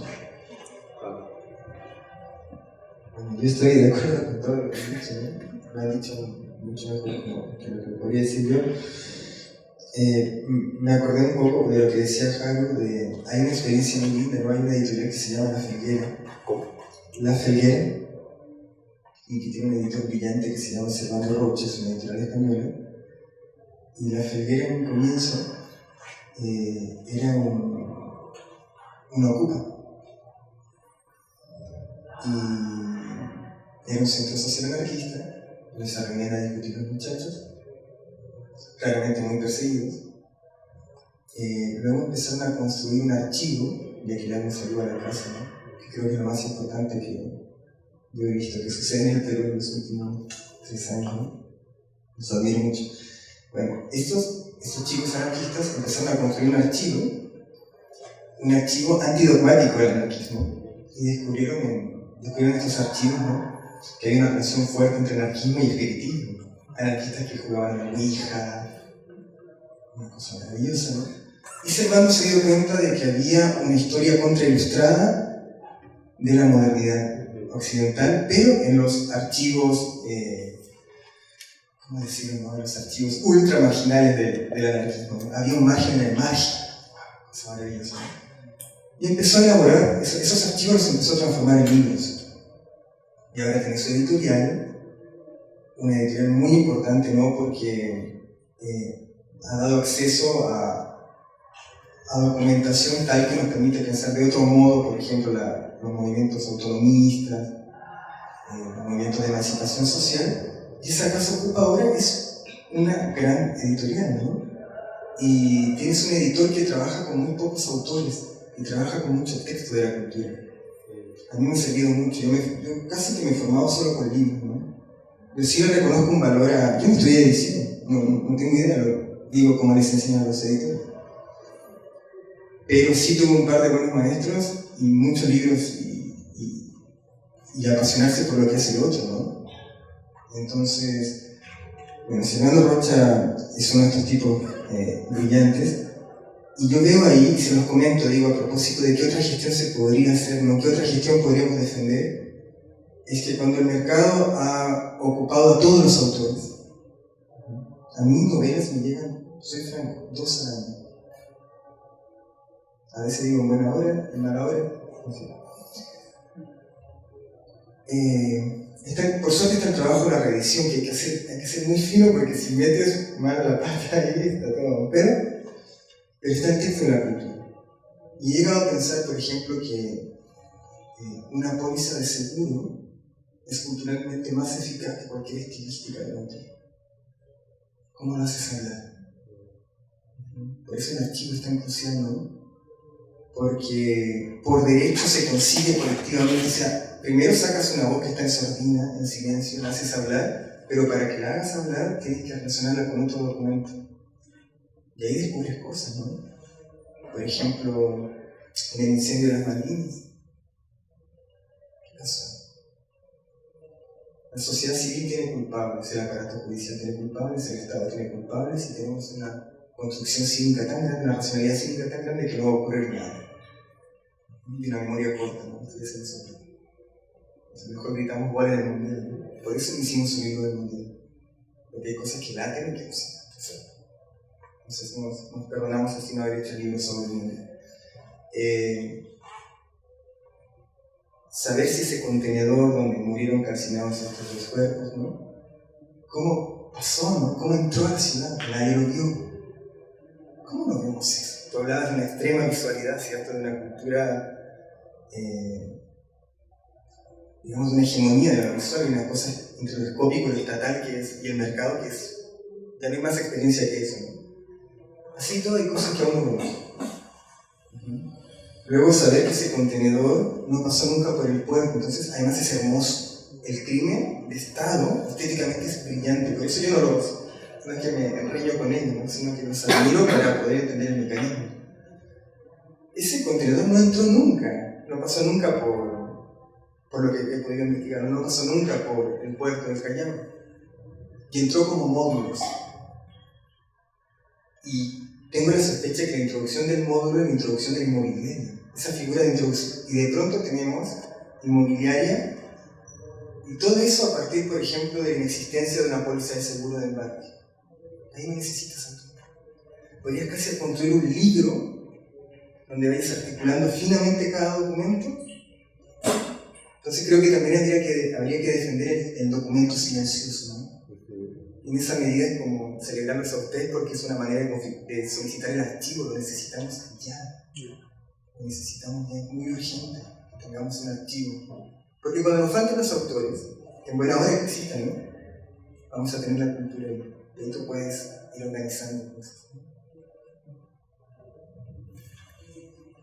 Para ir ya cerrando esta rica experiencia de conversación, hemos aprendido muchas cosas, sobre todo para aquellos que no estamos vinculados al mundo de la edición. Quisiera cederle algunos minutos a alguien que quisiera preguntar o comentar o brindarnos algún aprendizaje de lo que hemos podido observar o escuchar. Buenas noches. 5 minutos aproximadamente. Yo quiero agradecer, buenas noches, a ustedes que están aquí unidos, porque ahí dice el itinerario de un editor independiente, expresiones y testimonios. Y yo dije, al fin, Dios mío, encontré a alguien que me pueda decir algo, porque, miren, yo tengo un proyecto social, hago comedia, toco guitarra y cuento cuentos. Entonces, mi proyecto social, todo se necesita dinero. Entonces dije, ¿cómo saco dinero? Entonces pongo mis cuentos para niños y logré sacar esto con un amigo que es diseñador gráfico y trabaja en imprenta. En el camino, como visito varios centros culturales, por ahí también encontré otros amigos contándoles mi proyecto social de educativo. Entonces dije, voy a hacer algo comercial para ver ¿de dónde saco la plata? Para hacer un sueño, para poder ayudar, porque es algo que me nace, ¿no? Entonces, conocí un corrector de estilo de San Marcos, me ayudó a hacerlo, pero no existe ningún lugar donde a un escritor o a alguien como yo te oriente, no existe ningún sitio donde yo pueda buscar quién me pueda decir algo, ¿no? Entonces dije, bueno, mira, acá están las personas que me van a ayudar realmente, ¿no? Para que me digan qué es lo que tengo que hacer. Mi amigo me apoyó, el corrector de estilos, y él también tiene un cierto poema por ahí, por ahí me contó también su experiencia con otra editorial independiente que le sacaron un montón de plata y al final él no sabe si los libros se han vendido, ¿no? Y también he escuchado experiencias de otras personas en San Marcos y como que no hay el escritor nunca sabe si se vendió o no se vendió, o lo que le da, o lo que le... Qué miedo, ¿no? Entonces dije, mejor lo hago yo. Como ya tenía la asociación con Constancia, con Minuta, todo, me fui a la biblioteca y decía, yo lo puedo hacer o puedo hacerlo con mi editorial. Entonces la asociación, como ya estaba con Minuta, con Constitución, dije, mejor hago la editorial y le ayudo a otros. Cuando encontré otros cuenteros, también tenían esa necesidad ellos de querer publicar y hacer, porque un escritor está dispuesto a pagar su dinero para hacerlo, ¿no? O sea, en este caso yo no quiero ganar, sino que ellos también vendan su propio libro, yo también quiero vender mi libro y hacer con ese dinero, con ese margen, la labor que yo quiero. Básicamente eso es todo. Quisiera que de algún modo ya les expliqué, me gustaría seguir explicando además, pero de algún modo, ¿qué es lo que yo podría hacer? Y porque mi duda es, a donde yo voy conozco un montón de cuenteros que hacen sus cuentos, pero no tienen la forma ni los mecanismos de poder publicar. Eso.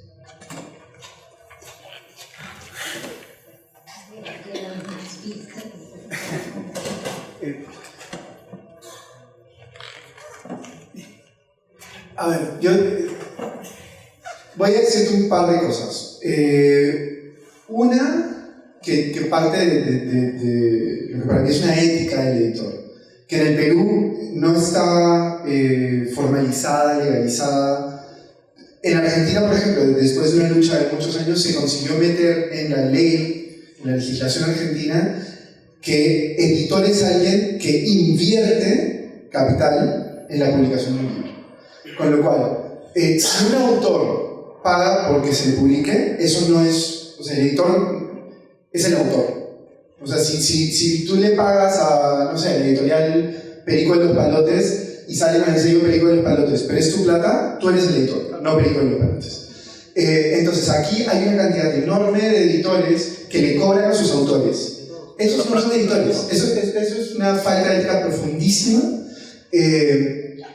Yo creo que entre otras de las peleas habría que meter en la ley que eso es autopublicación, que eso es servicio editorial, que eso es otra cosa. Eso no es un editor. Eso no es un editor. Se llaman editores, pero no lo son. La otra cosa es que yo creo que tendrías, o sea, ya pensando en lo que tú has contado específicamente, que clarificar hacia adentro, digamos, tú con los otros cuenteros, qué es lo que quieren, vender o que circule lo que hacen. Si lo que quieren es que circule, pues podrían hacerlo gratis, podrían hacerlo en la web, podrían imprimir, fotocopiar, etcétera, etcétera. Si lo que quieren es que circule. Si lo que quieren es hacer un negocio, como en cualquier otro negocio, hay que entender cómo funciona ese negocio, hay que formarse como editor, hay que hacer una edición profesional.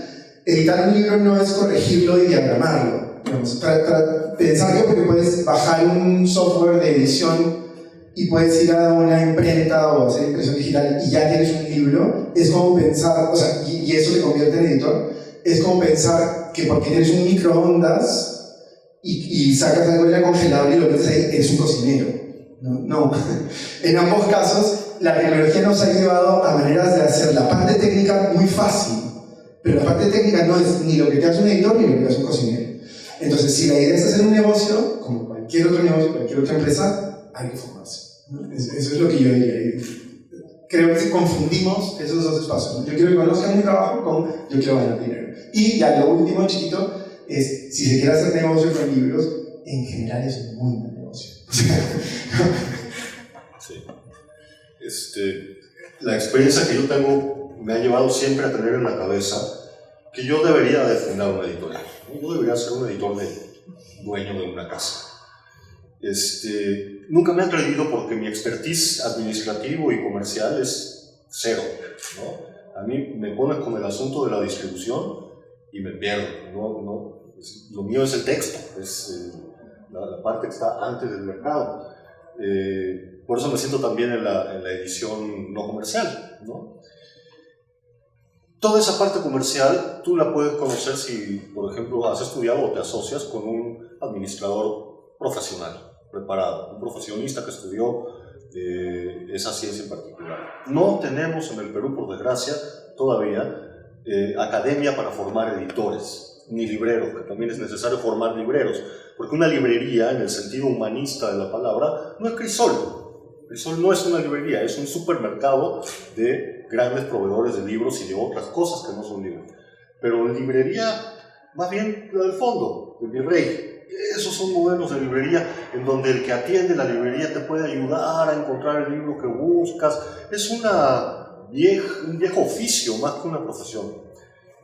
No tenemos en el Perú quien forme libreros, aun cuando hay libreros que pueden formar libreros. Ya se nos murió Chachi Sanseviero, pero están sus hijos. Y no tenemos formación de editores. Hay por ahí una escuela de edición que dice que enseña a editar, pero cuando vi sus cosas, lo que editan, entendí que no saben realmente lo que es editar. ¿Cómo puedes hacer entonces? Bueno,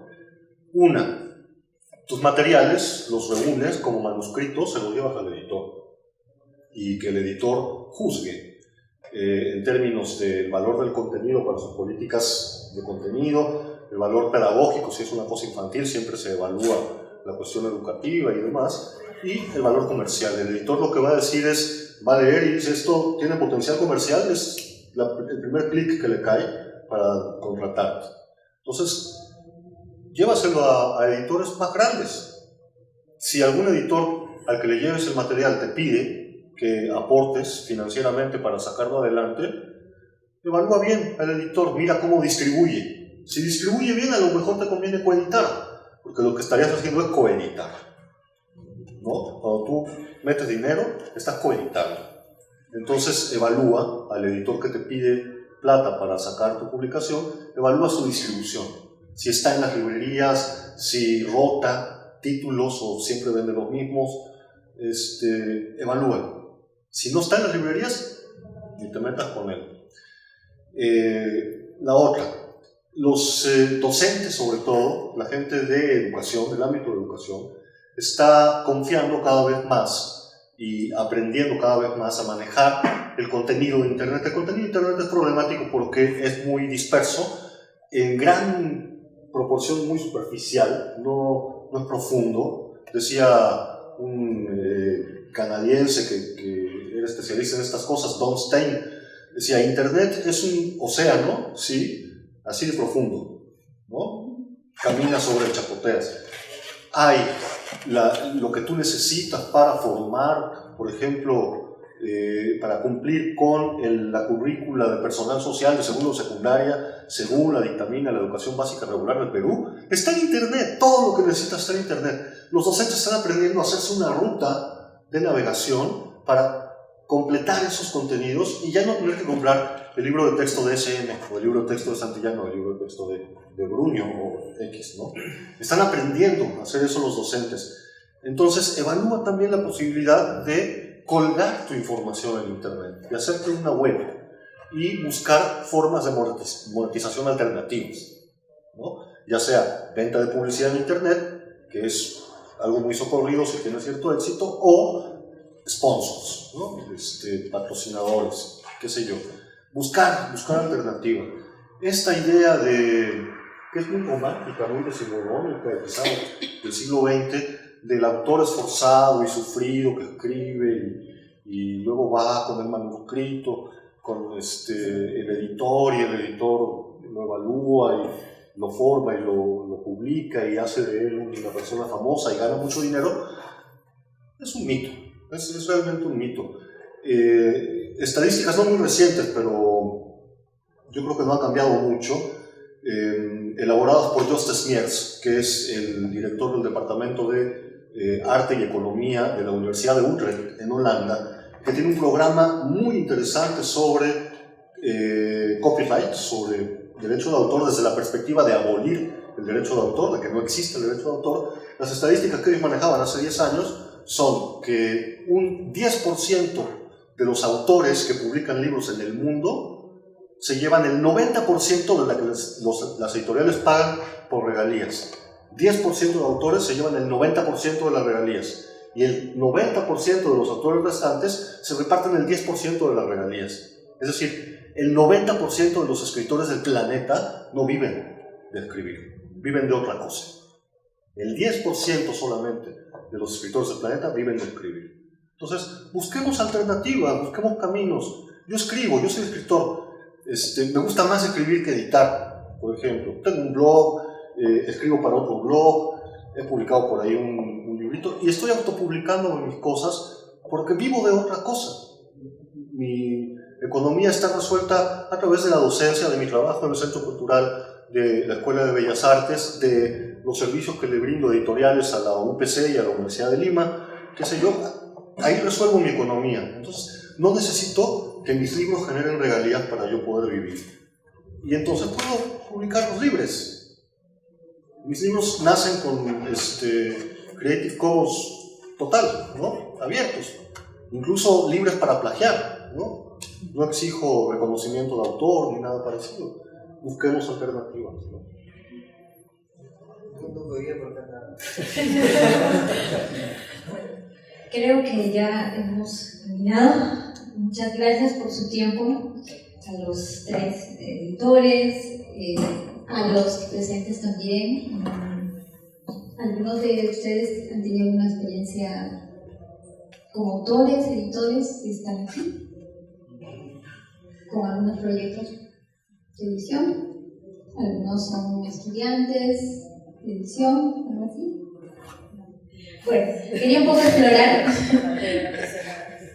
aficionados, a lectores, muy bien. Bueno, solo para invitarlos a que exploren una mesa con libros traídos por el fondo, libros sobre edición, que forma parte un poco de la formación que podemos tener para conocer un poco más sobre temas no solo de edición, sino también esto para leer unos temas que tienen que ver con bibliotecas, la famosa historia de la destrucción de las bibliotecas está por allí. Bueno, es una colección muy interesante, si nos puedes explicar brevemente. Es una edición que se llama Libros sobre Libros, y como tú dices, no es. Hay desde una historiografía de las bibliotecas, acontecimientos políticos reñidos con lo editorial, reflexiones sobre la negociación de derechos, que es un poco lo que usted, o lo que invitaba a Carlos a seguir a hacer, ¿no? Como formarse en negocio o algo. Esos libros son ideales. Esos libros te enseñan todo, incluso cómo tratar con los editores tramposos. Ya me desanimaron. Bueno, de pronto te revive tu ilusión, ¿no? Y bueno, es una colección, digo, de la exhaustiva, ¿no? Y muy analítica, ¿no? Hecha por profesionales, ejecutivos, entonces no es excluyente, Con ¿no? mucha experiencia, Sí. con mucha No hay experiencia. ningún sueño, no hay ninguna utopía, hay cosas concretas, entonces sí es una colección para la formación, ¿no? Un 30% de descuento. Ah, perdón, y con un 30% de descuento. Además, tiene una celebración que se hace en Miraflores que se llama la Noche de las Librerías. Las dos librerías del fondo están en Miraflores. Bueno, y para esa noche de la librería, que la jornada se extiende desde las 10 hasta la medianoche, hay unos descuentos increíbles, ¿no? Y Carlos decía que sí, que eran costosos nuestros libros, pero si tú comparas el margen, para el que sabe, ¿no? Tenemos un margen pequeño. No marginamos nada. Nuestro factor realmente tiene una vocación más democrática. Una consulta, ¿cuál es el índice de lectoría, si tienen el dato, por persona acá en Perú? O sea, ¿cuántos libros promedio al año leen peruanos? Hay una cifra que es del 2016, ¿no? Que dice que es 1. Yo tengo muchísimos problemas con cómo se mide la lectura, ¿no? Digamos, lo que dice la estadística es 1 y se compara con Colombia, que es 4 ahora, y hace 16 años era 1,5, me parece. Y si no fuera algo tan estricto como esa estadística de usted, que están, qué sé yo, más en contacto con el público en general, ¿cuál cree que sería el promedio de libros que lee una persona? Yo te daría una medida alternativa. Si tú cuantificas la cantidad de palabras que lees en WhatsApp, Facebook y Twitter, estarías leyendo 6 libros al año. Pero sí, una realidad, o sea... Es lectura, ¿no? Es lectura también. Pero me refiero de libros de literatura, de historia nueva, no necesariamente historias literarias bonitas, no temas profundos, o sea, libros. Pero eso es una comprensión del catálogo, ¿no? Ahí está haciendo más que lector.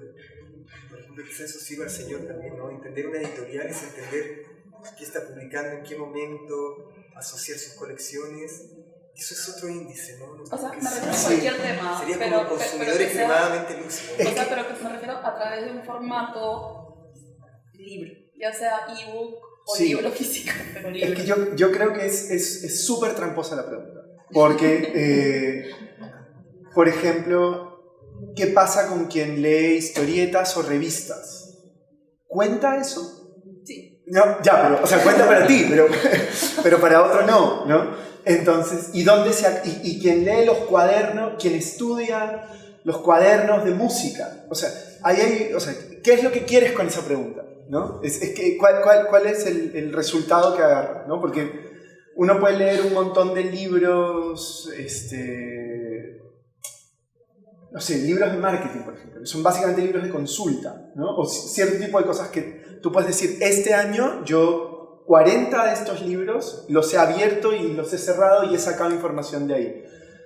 Y de repente, o sea, ¿y qué ha hecho eso con tu formación? ¿No? ¿Qué sabes hoy a un nivel de conocimiento, no de información, que no sabías hace un año? ¿No? Y en cambio hay un libro, uno solo, de historia, de geografía, de geología, de lo que sea, de arqueología, uno, que has leído, que te ha tomado un año entero leer, pero que ha cambiado completamente tu relación con el espacio, con tu familia, ¿me entiendes? Entonces, ¿qué estás midiendo ahí? Por eso me parece que es bien tramposa la pregunta. Mi pregunta es el impacto educativo a nivel muy personal, o sea, qué tanto la sociedad puede ver. Yo estoy haciendo una investigación. Cuando leí lo que usted hacía, una idea me gustó un montón. Y sí, yo estoy comparando tres lecturas en distintos lados. Entonces, yo soy una convencida que leer ayuda. Ustedes también. Pero qué tanto se lee acá. O sea, más allá de la publicación y todo. Yo te diría cositas chiquititas, además de lo que ya te dije. Uno es, no tenemos la capacidad de medir bien la piratería. O sea, bueno, un montón de otras cosas tampoco. Pero la piratería. Pero el hecho de que haya tanta es un indicador de lectura, ¿no es cierto? O sea, el hecho de que haya tanta piratería implica que la gente lee, ¿no? Mucho más de lo que las librerías hacen. Y la otra cosa es, fuera de Lima, lo que más circula es el libro viejo. Cosa que también es bien difícil de medir la lectura a partir de la venta, por ejemplo. ¿Cuánta gente lee un libro en una casa? ¿No? Entonces, simplemente lo que quiero decir es que pensar solo en la medición de lectura tal cual funciona hoy, en Colombia esa medición de lectura que arrojó los 4 libros ha sido cuestionada por todo el mundo. Porque no están sobreviviendo los propios editores. Claro. Entonces, creerle demasiado así ingenuamente a esas estadísticas es problemático, ¿no? Hay que pensar más bien en qué estás buscando detrás de esa cifra. Hay que perderle el respeto al libro, Dejemos de romantizarlo y de hacer de él esta cosa tan que nos hace bueno. Yo llevo un libro bajo el brazo y soy mejor que otro. No, pues.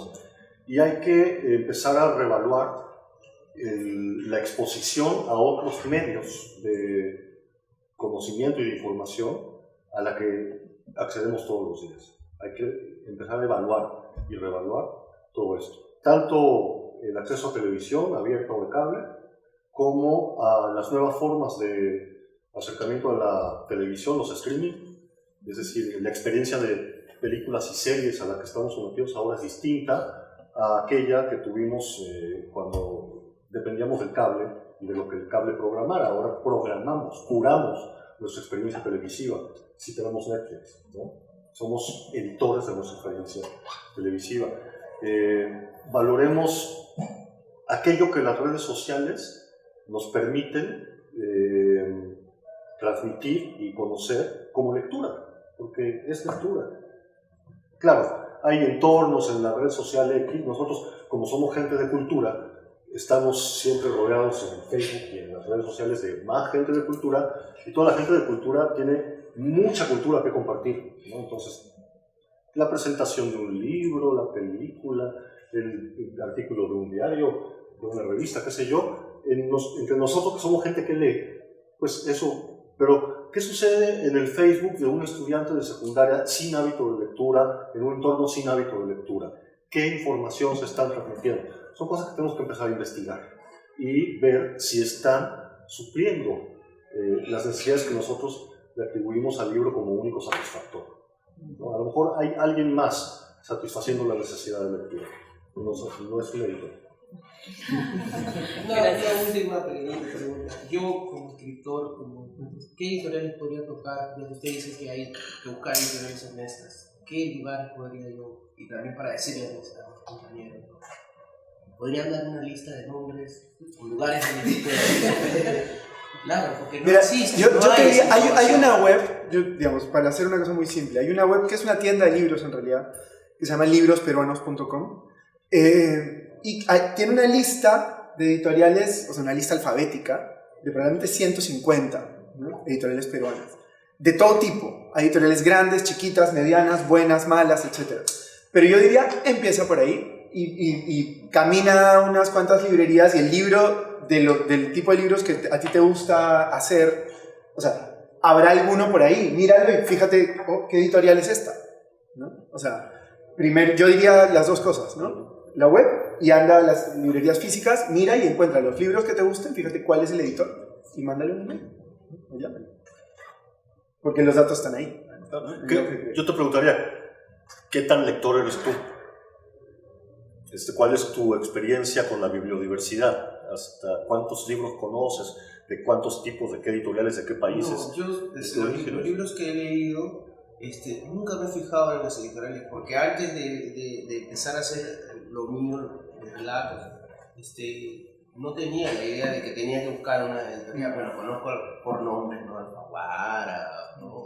Para la mayor parte de nosotros, la editorial es solamente un dato más para encontrar un libro, ¿no? Es un dato, nada más. Date una vuelta aquí en la biblioteca, en la Vargas Llosa, mira los libros. Claro, la sala para niños, Cota la sala para niños, que la de está afuera, arriba, la Cota ¿no? Carballo. Claro, ahí también hay un montón de libros para niños y ahí también. Ahora, si lo que está haciendo es literatura para niños, la mejor editorial latinoamericana de libros para niños es el Fondo de Cultura Económica. Cuando menos lo fue en la época de Daniel Goldin. Mira los libros del fondo, sobre todo no los álbumes grandazos, sino, ¿cómo se llama la colección?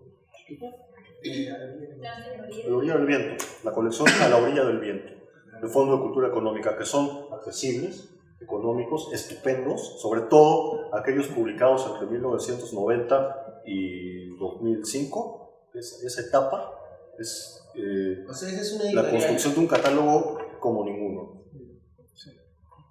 Fondo de Cultura Económica.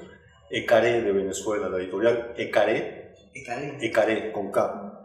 Es una editorial venezolana que es... Ya se movió. Sí, ya está en otras partes. Chile. Sí. Pero si no está aquí, ¿cómo funciona? Fabuloso. Y ¿Todo es por correo? o sea, la maravilla del internet es esa. O sea, además puedes googlear en Argentina, en Barcelona, hay una barbaridad de editores haciendo cosas tan distintas. O sea, en un montón de otros lugares también, pero... Ellos te mandan físicamente el libro luego. O sea, tú puedes mirar lo que hay en internet, si te interesa, pues mandas tú tu trabajo, estableces un contacto.